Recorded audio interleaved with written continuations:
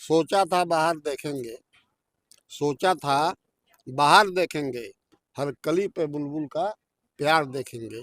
हमें क्या मालूम आलमगीर, आलमगीर मतलब भगवान, हमें क्या मालूम आलमगीर, इसी गुलशन में अपनी मजार देखेंगे।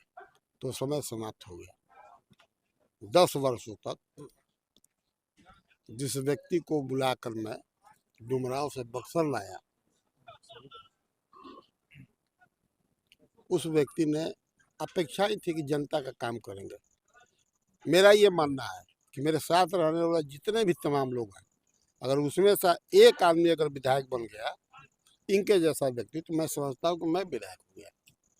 लेकिन मेरी वो गलतफहमी तो होता है, गलत सही का निर्णय आदमी नहीं कर पाता है, और राजनीति और पारिवारिक स्थिति में ही होता है। तो भगवान की कृपा, 6 साल पहले हमने भाजपा ज्वाइन किया, और ये मैत्री भोज का कारण ये था कि तमाम लोगों के दिमाग में ये गलतफहमियाँ थी कि रानी कोठी से मुन्ना तिवारी का जुलूस निकलता है, मुन्ना तिवारी उसी कोठी में रहते हैं। ठीक है, वो मेरे 30-40 सालों के सहयोगी और मित्र, हमारे छोटे भाई रहे हैं निश्चित तौर पर। तो ठीक, वो रिश्ता अलग है, दोस्ती अलग है।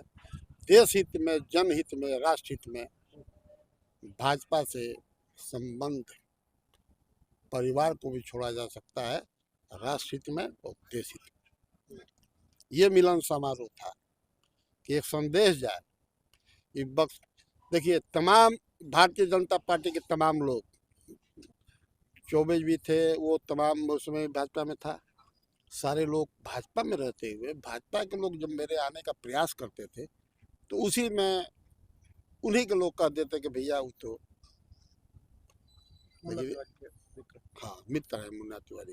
कहने का मतलब है, मैं जब भारतीय जनता पार्टी में शामिल हुआ, तो हिंदुस्तान के किसी कोने में मैं अगर सदस्यता ले लिया, तो हिंदुस्तान का नाम मैं सदस्य हो गया भारतीय जनता पार्टी का। ही थोड़ा है कि महाराष्ट्र में मैं कांग्रेस हो गया, और बिहार में मैं राजद हो गया, और यूपी में मैं समाजवादी, ऐसा नहीं होता है। ये संदेश देना मेरे लिए अत्यंत आवश्यक था। क्यों? क्योंकि ये राज परिवार जो है बदनाम हो रहा था, बदनामी के कगार पर था। और ईमानदारी की बात यह है कि उस चीज़ को निकाल को फेंकना बहुत जरूरी था। इसलिए मैत्री भोज मिलन समारोह था। जितने भी तमाम हमारे गांव के जमात के लोग हैं, शहर के जमात के लोग हैं, सारे लोगों को बुलाकर हमने उनसे आशीर्वाद लिया, और उनको मैंने कहा, निवेदन किया कि सारे लोग मिलकर हम लोग इस बिहार को आनंदमय बनाए, और इस बिहार में भाजपा की सरकार बने, एनडीए की सरकार बने। पिछले 2 बार से आपका समर्थन सहयोग मिल रहा था, निश्चित। क्या गलतियां हो गई उनसे? देखिए, गलतियां समाज में होती है, किसी व्यक्ति से गलती नहीं होती है। अगर समाज उनको पसंद नहीं करता है, तो ये समाज के प्रति उनकी जवाबदेही न कि मेरी है। अगर मैं आनंद जी को विधायक बनाता हूँ, और आनंद जी समाज के प्रति अपनी जिम्मेदारी का निर्वहन नहीं करते हैं, तो it is not my fault, and it is your responsibility, and it is your duty.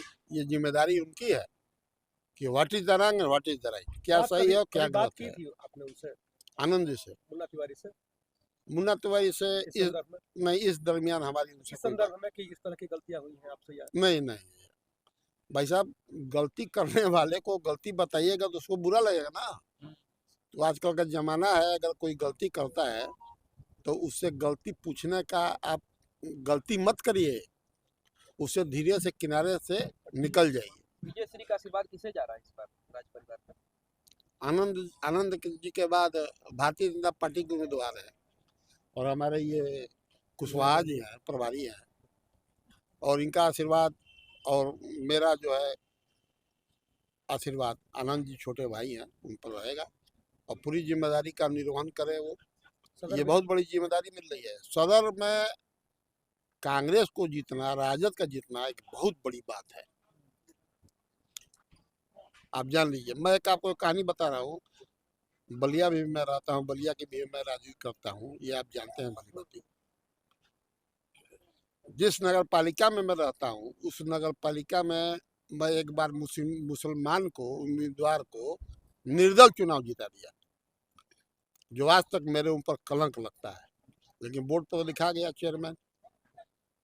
भावनाओं में बहकर आदमी कुछ कर देता है निश्चित तौर पर, लेकिन कहता है वो कभी कभी अपनी ताकत का एहसास कराना चाहिए। तो उस मुस्लिम को तो मैं नगर पालिका चेयरमैन बना दिया, तो मैंने अपनी ताकत का एहसास कराया। और मैं आज भी आपसे कह रहा हूँ, बाबू तो काबू, ना काबू तो ना बाबू। तो क्षेत्र की अगर जनता पे अगर आप जानते हैं कि मैं 2010 में विधानसभा के चुनाव भी लड़ा था, ये भी आप जानते हैं कि बक्सर विधानसभा की सारी जनता जानती है। लेकिन जब देश प्रेम से बड़ा कोई प्रेम नहीं, इसलिए मैं भारतीय जनता पार्टी ज्वाइन किया। और मैं आपके माध्यम से कहूँगा कि आने वाले विधायक ये जो है विधायक बन चुके हैं निश्चित तौर पर। ये मेरा ऐसा मानना हो सकता है, अन्य लोग माने या ना माने, मेरा मानना है कि विधायक बन चुके हैं और अपनी जिम्मेदारी का निर्वहन करेंगे निश्चित तौर पर। वो IPS रहे हैं, उनको उनको सारी जानकारियां हैं, गलत सही का निर्णय करने का उनको तरीका मालूम है। उस तरीके का इस्तेमाल करके बक्सर की जनता को वो अच्छा महसूस कराएं और खुद अच्छा महसूस है, यही हमारी इस कामना है। क्षेत्र में गहरा प्रभाव है आपके पूरे परिवार का, क्या अपील करेंगे जनता से? जनता से मेरी अपील ये है कि पिछली पुरानी सारी बातों को भुलाकर आनंद मिश्रा जी को आप कमल के फूल पर मोहर लगाकर विजयी बना। जिंदाबाद जिंदाबाद। मुन्ना बाबा कुरान सराय जाएं।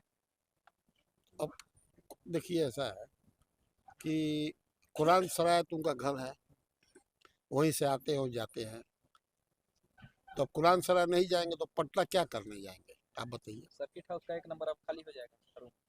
अब सर्किट हाउस पूर्व विधायक है तो आएंगे तो मिल भी सकता है, ऐसा कुछ नहीं है। पूर्व विधायक है तो पेंशन मिलवे करेगा। यादें जुड़ी हुई है तो हो सकता ना है ना कभी आए। कभी आए, यादें हैं तो। और सर्किट हाउस तो सरकारी नियम है भाई, आप पैसा जमा करिए, सर्किट हाउस में आप भी रह सकते हैं, हम भी रह सकते हैं। लेकिन पूर्व विधायक का तो उनका कोटा होता है, निश्चित तौर पर उसका लाभ उठाएंगे वो। अपने दोस्त को कुछ नहीं कहिएगा। कौन दोस्त? मुन्ना तो मुन्ना तिवारी हमारे छोटे भाई हैं, हमारे दोस्त नहीं है। जैसे आपने कहा कि मित्रता है और दोस्ती का मतलब ये होता है कोई संदेश दीजिए हमारे छोटे भाई। मुन्ना तिवारी को संदेश मेरा यही रहेगा कि पिछली नाकामियों से सीखिए और आगे बढ़ने का क्या तरीका होता है उसको भी सीखिए।